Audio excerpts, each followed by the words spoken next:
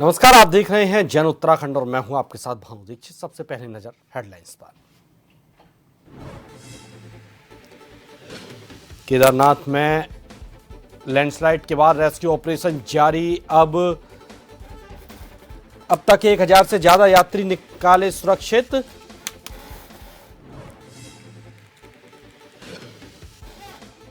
प्रदेश में आज से फिर बढ़ सकती है मानसून की रफ्तार। 4 जिलों में मौसम विभाग का अलर्ट। उत्तरकाशी, चमोली, बागेश्वर, नैनीताल में भारी बारिश के आसार।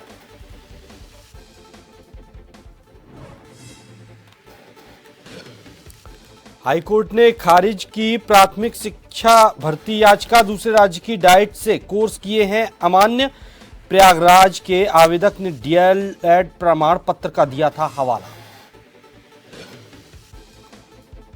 उच्च न्यायालय ने रद्द किया हरिद्वार की फैमिली कोर्ट का फैसला। पति को 6 सप्ताह में देना होगा 25 लाख का गुजारा भत्ता। नवविवाहित जोड़े को दी तलाक की अनुमति। बीजेपी ने शुरू की केदारनाथ उपचुनाव की तैयारी। जनता से फीडबैक लेने के लिए सरकार सौंपेगी 5 मंत्रियों को जिम्मेदारी। विधायक रावत के निधन से खाली हुई सीट।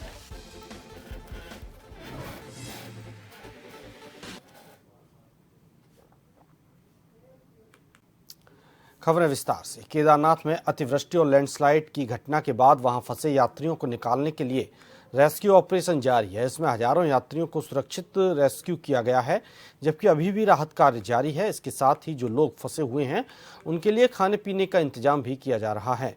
मुख्यमंत्री धामी ने कहा कि बारिश और लैंडस्लाइड के कारण कई रास्ते टूटे हैं, कई भवनों को नुकसान पहुंचा है और जो लोग फंसे हुए हैं प्राथमिकता के तौर पर उनको निकालने के लिए रेस्क्यू ऑपरेशन भी तेजी से किया जा रहा है।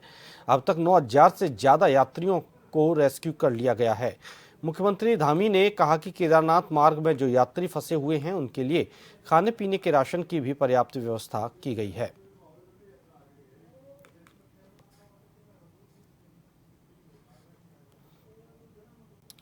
उत्तराखंड विधानसभा में मानसून सत्र को लेकर सरकार अपनी तैयारी में जुट चुकी है, क्योंकि विधानसभा का मानसून सत्र इस बार 21 अगस्त से लेकर 23 अगस्त तक ग्रीष्मकालीन राजधानी गैरसैंण में होने जा रहा है, जिसको लेकर सरकार ने तैयारियां शुरू कर दी हैं। तो वहीं नेता प्रतिपक्ष यशपाल आर्य ने सरकार को घेरने की रणनीति शुरू कर दी है। साथ ही यशपाल आर्य का कहना है कि हम सरकार से सवाल पूछेंगे। सरकार ने 3 दिन के लिए सत्र बुलाया है। हमारी मांग है कि सरकार इस अवधि को बढ़ाए, क्योंकि 3 दिन में विपक्ष के प्रश्नों का जवाब सरकार नहीं दे पाएगी। आपदा ही बहुत बड़ा मुद्दा है। दैविक आपदा और एक कृत्रिम आपदा, और हम चाहते हैं कि सत्र अवधि बढ़े, जिससे कि जनता के सवालों को हम सदन में उठा सकें। और हमारे कांग्रेस विधानमंडल दल के सभी माननीय सदस्य पूरी तैयारी के साथ इस सत्र की प्रतीक्षा कर रहे थे, लेकिन सरकार सवालों से बचना चाहती है और सरकार हर सत्र में देखा कि घिरी हुई दिखाई देती है। सरकार ने विधानसभा के मानसून सत्र के लिए स्थान और तिथि तय कर दी है। मानसून सत्र ग्रीष्मकालीन राजधानी गैरसैंण के भराड़ीसैंण स्थित विधानसभा भवन में होगा। बता दें कि ग्रीष्मकालीन राजधानी गैरसैंण में गत वर्ष मार्च में बजट सत्र हुआ था। इसके बाद वहां कोई सत्र आहूत नहीं किया जा सका। सत्र की तिथि घोषित होते ही विपक्षी दल सरकार पर हमलावर हैं। विपक्ष की मांग है कि प्रश्न ज्यादा हैं और सत्र के दिन कम, जिस कारण सत्र की अवधि को बढ़ाना चाहिए। नेता प्रतिपक्ष यशपाल आर्य का भी कहना है कि सरकार सत्र की अवधि को बढ़ाए, क्योंकि 3 दिन में विपक्ष के प्रश्नों का जवाब सरकार नहीं दे पाएगी।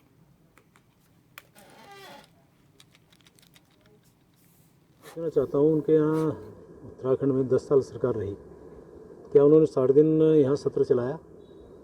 मुझे आश्चर्य होता है कि जो वरिष्ठ हमारे कांग्रेस नेता, उनको सबको पता है कोई भी सत्र, जब सरकार के पास जो बिजनेस होता है उसके आधार पर सत्र का समय की अवधि का निर्धारण होता है। ऐसे में 60 दिन चलाना, ये बात हंसी तब आती है कि जब उन्होंने 60 दिन चलाया और हम न चला रहे, तो ये कोई विषय नहीं है। लेकिन ये बात तय है कि जो हमारे पास बिजनेस होगा उसके आधार पर हम अवधि का निर्धारण करते हैं। और 21, 22, 23 अगस्त को हम लोग कर रहे हैं और मुझे खुशी है इस बात की, इस बार हम लोग जो है इसको गैरसैंण में कर रहे हैं, यानी बिराड़ीसैंण जो हमारा विधानसभा का भवन है उसके अंदर हमें ये विधानसभा सत्र।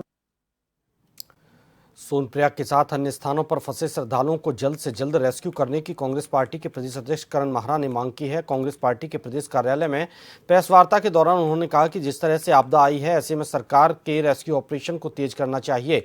उन्होंने सवाल भी उठाया कि भाजपा के विधायक जिस तरह से रेस्क्यू ऑपरेशन के दौरान केदारनाथ धाम का दर्शन उन्होंने किया है, इससे भाजपा के दोहरे चरित्र का भी पर्दाफाश हुआ है।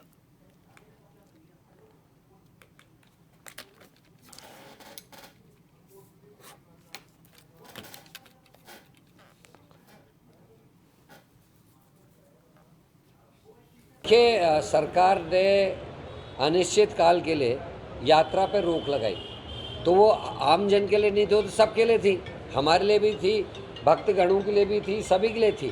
तो ऐसे में पूर्व मंत्री और विधायकों का वहाँ जाना निश्चित ही दुर्भाग्यपूर्ण है। चॉपर्स का इस्तेमाल लोगों को रेस्क्यू करने में लगाया जाना चाहिए, ना कि मंत्री और उनके परिवार या पूर्व विधायकों के परिवारों को वहाँ ले जाने के लिए होना चाहिए था। ये ऐसा समय नहीं था। तो हम बुराई नहीं कर रहे, लेकिन एक स्पष्ट चीज़ सामने दिखाई दे रही है कि मदन कौशिक जी पहुंच गए, कल वहाँ सांसद महोदय पहुंच गए, जबकि खुद मुख्यमंत्री जा चुके हैं। मुख्यमंत्री का जाना समझ में आता है, क्योंकि वो समझ के बजट से लेकर हर चीज़ को एलोकेट करना, क्या करना है, निर्देश देना, करते हैं। लेकिन मदन कौशिक जी का जाना, अनिल बलूनी का जाना समझ से परे है। मानसून सीजन में आपदा प्रबंधन को लेकर सत्ता पक्ष और विपक्ष के बीच आरोप प्रत्यारोप जारी है। कांग्रेस ने आपदा प्रबंधन के लिए सरकार पर कोई तैयारी नहीं करने का आरोप लगाया, तो वहीं बीजेपी ने कांग्रेस पर निशाना साधते हुए कहा कि आपदा जैसी स्थिति में कांग्रेस राजनीति न करे। कांग्रेस के प्रदेश अध्यक्ष करण माहरा ने धामी सरकार पर निशाना साधते हुए कहा कि उत्तराखंड में आपदा के जो हालात हैं उसे सरकार गंभीरता से नहीं ले रही। मानसून सीजन के लिए सरकार ने पहले से कोई ठोस कदम नहीं उठाए और न ही कोई तैयारी की। कांग्रेस के इन आरोपों पर बीजेपी ने कड़ी प्रतिक्रिया दी है। निश्चित ही अच्छे ढंग से निपट रही कि जिन चॉपर्स का इस्तेमाल जो पीड़ित हैं उनको रेस्क्यू करने में लगाना चाहिए, तो उसमें मदन कौशिक जी और उनका परिवार घूम रहा है, अनिल बलूनी जी जा रहे हैं, उनके बीजेपी के नेता जा रहे हैं। जिस समय क्या देखने का मेला लगा हुआ है क्या? इस समय वहाँ एनडीआरएफ काम कर रही है, दूसरे लोग काम कर रहे हैं, उनको काम करने देना चाहिए। प्रशासन भी परेशान हो, इसीलिए तो हम नहीं गए, नहीं तो हम भी जा सकते थे। हमसे भी कहा गया था चॉपर से जाके आप जलाभिषेक कर लीजिए, लेकिन हमने नहीं किया, क्योंकि हमको पता है कि 10 आदमी या 1 आदमी की जान बहुत महत्वपूर्ण होती है, और हम राजनीति नहीं कर रहे। राजनीति तो ये लोग कर रहे हैं। मैं तो यात्रा जब निकाली थी तब कोई आपदा नहीं थी। अगर शिवजी रुष्ट होते तो हमको रास्ते पर तंग करते।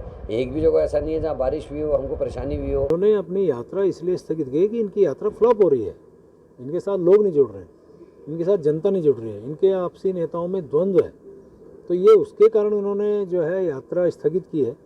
फिर मैं तो एक बात और कह सकता हूँ कि जिस केदारनाथ जी के लिए इन्होंने एक जाने का मन बनाया, और आप सब जानते हैं कि सनातन विरोधी लोग हैं जो सनातन के हमेशा विरोध में बोलते रहे। आज उन्हें सनातन की याद आ रही, धर्म की याद आ रही। तो हमारे भगवान भोले भगवान केदार के यहाँ दर्शन करने के लिए ऐसी मान्यता है कि जब तक उनका बुलावा नहीं आएगा तो आप नहीं जा सकते।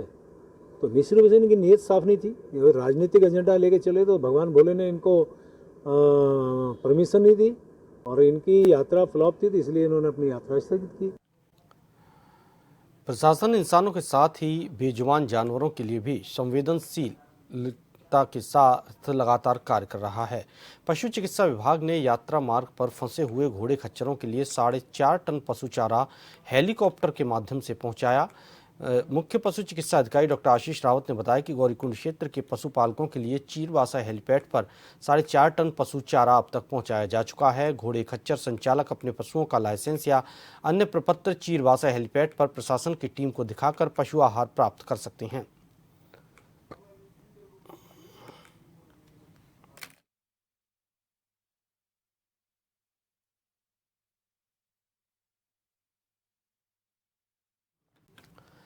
लालकुआं में संजय नगर बजरी कंपनी, जबकि हाल निवासी सुभाष नगर वार्ड नंबर 5 में रहने वाले एक परिवार के 55 वर्षीय बुजुर्ग बीते 21 जून से लापता हैं।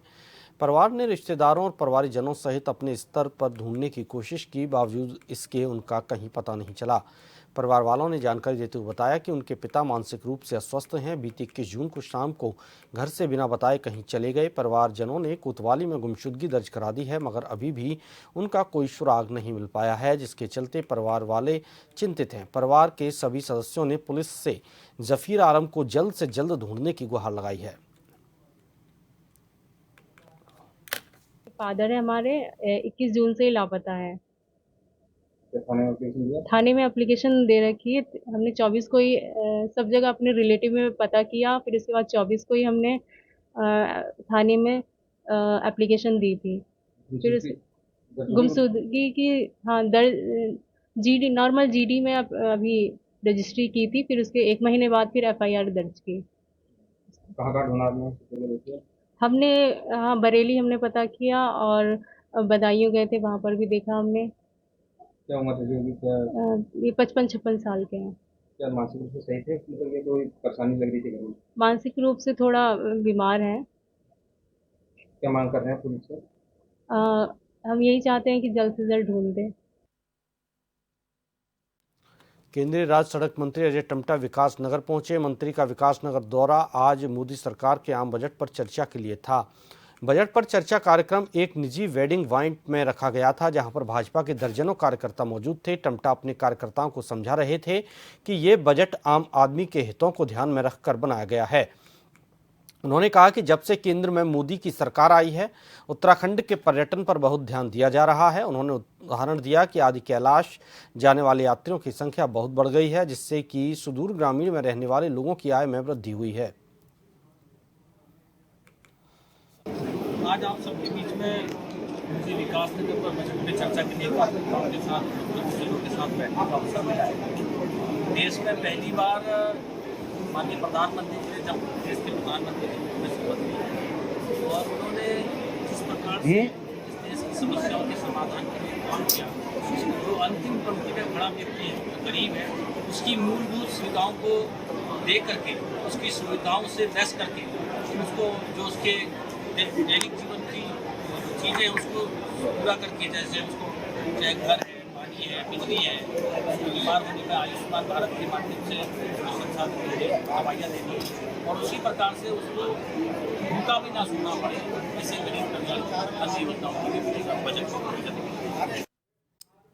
फिलहाल यहाँ रुकेंगे एक छोटे से ब्रेक के लिए।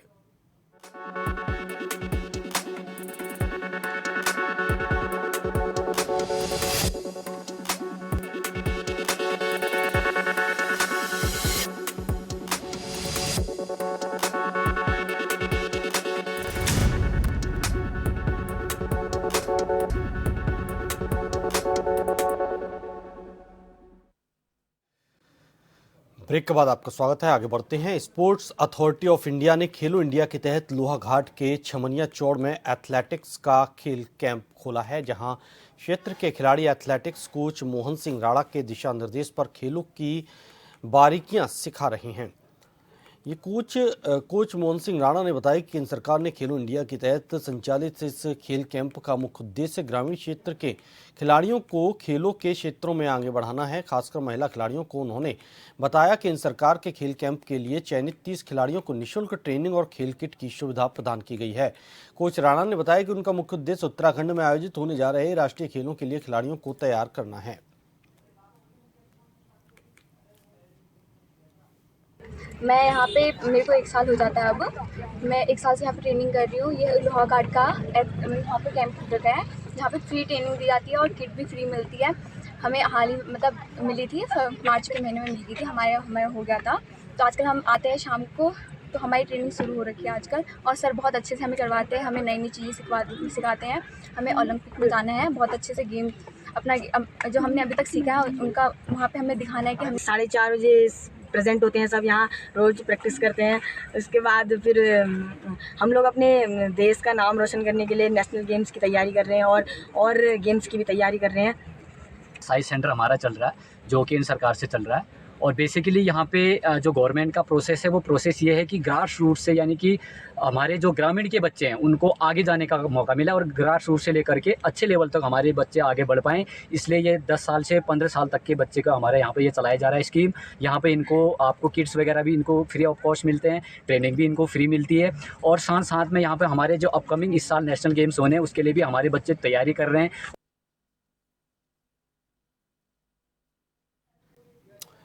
एक पेड़ मां के नाम कार्यक्रम के तहत माननीय प्रधानमंत्री नरेंद्र मोदी के आह्वान पर भारतीय जनता पार्टी के वरिष्ठ कार्यकर्ताओं ने बूथ संख्या 6 रिंगी गांव के भूमियाल देवता मंदिर परिसर में और गांव के अन्य स्थानों पर सघन वृक्षारोपण कार्यक्रम किया। इस दौरान बड़ी संख्या में मातृशक्ति ने प्रतिभाग किया।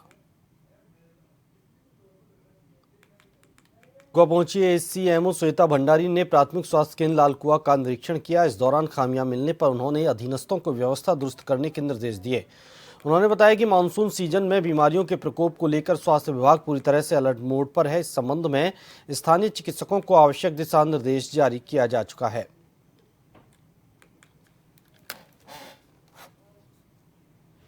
ये मानसून के सीजन में हम सभी अस्पतालों में एक विजिट कर रहे हैं जिसमें कमियां और उनका सुचारू रूप से संचालन हो और हम संक्रामक रोग से कैसे बचें और आगे हमारी सभी स्वास्थ्य सुविधाएं सभी पब्लिक को मिले, इस वजह से ये सब निरीक्षण कर रहे हैं। इसमें इसी क्रम में हम लालकुआ अस्पताल आ जाए हैं, तो इसमें हमें कुछ जो भी परेशानियां पाई गई, जो कमियां पाई गई, उनको हम दुरुस्त करने के लिए प्रयास कर रहे हैं। सभी स्टाफ वालों से भी हम बात कर रहे हैं और जनप्रतिनिधियों से और पब्लिक से भी हम विचार विमर्श कर रहे हैं कि कोई जो परेशानियां हैं उनको जो बताया जा रहा है उनका त्वरित में समाधान भी हो और आगे लंबे प्रक्रिया के तहत इसमें अच्छा स्वास्थ्य लाभ सभी पब्लिक को मिले और आगे सभी दवाई संबंधी भी जो परेशानियां हैं उनका भी निदान किया जाएगा और स्वच्छता संबंधी भी हमने दिशा निर्देश दिए। एसपी चंपावत अजय गणपति की नशा तस्करों के खिलाफ लगातार कार्रवाई की जा रही है। एसपी अजय के निर्देश पर एसओ पार्टी देवनाथ गोस्वामी के नेतृत्व में थाना पार्टी पुलिस और एएनटीएफ को 2 चरस तस्करों को पकड़ने में कामयाबी हासिल हुई। एसओ पार्टी देवनाथ गोस्वामी ने बताया कि एसपी चंपावत के निर्देश पर चेकिंग पुलिस और एएनटीएफ टीम ने देवीधुरा में चेकिंग की जा रही थी। इसी दौरान पुलिस के 2 लोग आते हुए दिखाई दिए। पुलिस की चेकिंग देख वे घबरा गए। एसओ ने बताया जब दोनों की चेकिंग की गई तो उनके बैग से 791 ग्राम अवैध चरस बरामद की गई।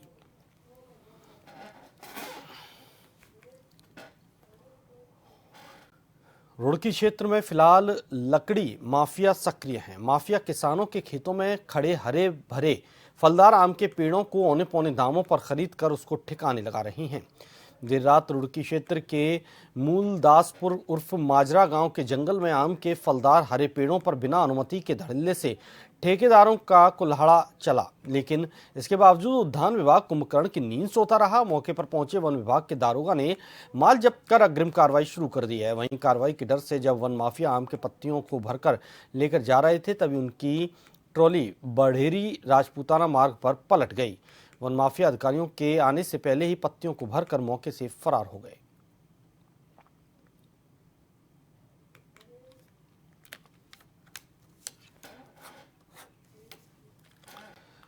चंपावत द्वारा व्यापारियों से लिया जाने वाला शुल्क दुगना करने पर बारकोट के व्यापारी भड़क गए हैं। आज बारकोट के व्यापारियों ने व्यापार संघ अध्यक्ष संजय वर्मा के नेतृत्व में जिला पंचायत के खिलाफ नारेबाजी करते हुए जोरदार प्रदर्शन किया और बढ़े हुए शुल्क को वापस लेने की मांग की।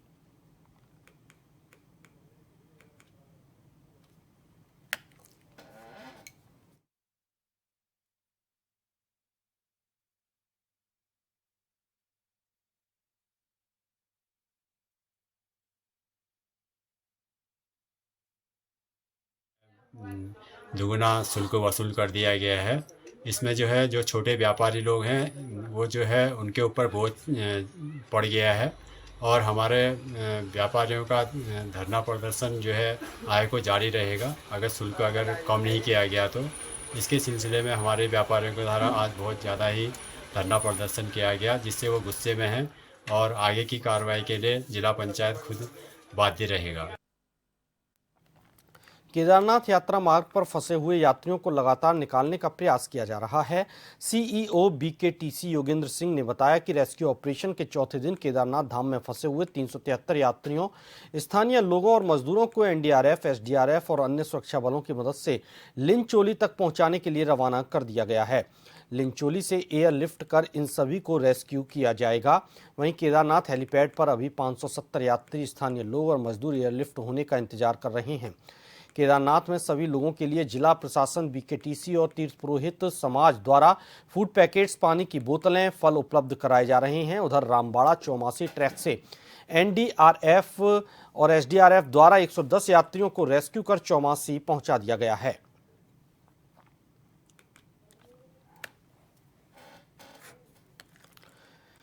केदारनाथ के पैदल मार्ग में आई भीषण आपदा में हजारों यात्री फंसे हुए हैं। ऐसे में पिछले 4 दिनों से लगातार चल रहे रेस्क्यू अभियान के दौरान एसडीआरएफ ने अभी तक 5000 से ज्यादा यात्रियों का रेस्क्यू सकुशल कर दिया है। हालांकि बारिश के चलते रेस्क्यू अभियान में एसडीआरएफ जवानों को मुश्किलों का सामना करना पड़ रहा है, लेकिन उसके बावजूद भी लगातार रेस्क्यू अभियान जारी है।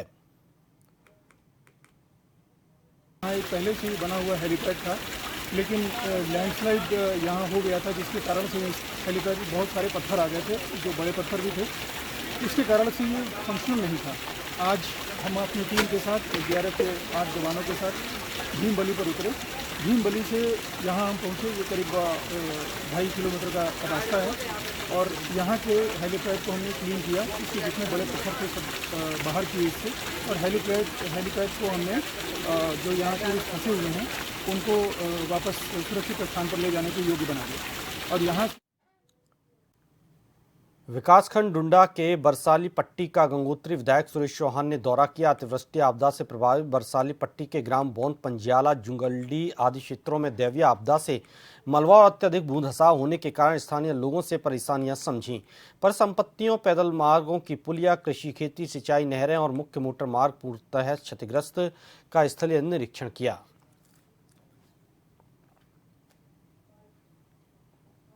तमाम जो हमारे काश्तकार हैं, पूरी खेती को बहुत ज़्यादा नुकसान हुआ है। हमारी लघु सिंचाई की नहरें सब जो है पूरी जो है बह गई हैं। जगह जगह बादल फटा, और पूरा सिंगूर से लेके नाकुरी से लेके मांगली सेरा से लेके तमाम जो पूरा नुकसान हुआ है, तो इस नुकसान के तमाम पुल बह गए हैं।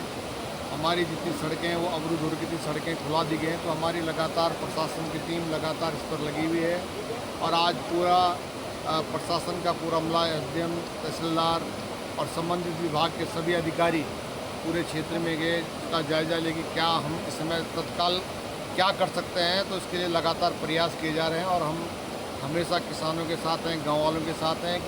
ये पिछले 5-6 दिनों से जो नागपुरी घाट है या रानू की घाट है बरसाली क्षेत्र में, ये उफान में और बादल फटने से जो इन दोनों जो ये नदियाँ हैं, जिनको ट्रिब्यूटरीज कहेंगे, इनके किनारों पे जो हमारी 5-5, 6-6 ग्राम सभाएँ हैं, इनको बड़ा नुकसान हो रहा है। इनकी खेती इन्हीं के किनारों पे है, तो खेती भी बह रही है, जल स्रोत भी बह रहे हैं, और जो नहरें हैं वो सब बह रही है, और किसी के घरों में ये मलबा घुस गया है, तो बड़ा नुकसान हुआ। करीबन 10-12 गाँव हमारे हैं इस क्षेत्र के। तो आज विधायक जी ने इन सब क्षेत्रों का दौरा किया है। जो पुल बहे हैं, एक मोटर पुल बहा है, करीबन पैदल पुल 3 पैदल पुल बहे हैं, और करीबन दर्जन भर पुल जो हैं वो क्षतिग्रस्त हुए हैं, और ऐसे करीबन 100 से ज़्यादा जो नहरें हैं वो क्षतिग्रस्त हुई हैं। इसी के साथ इस बुलेटिन में फिलहाल इतना ही। नमस्कार।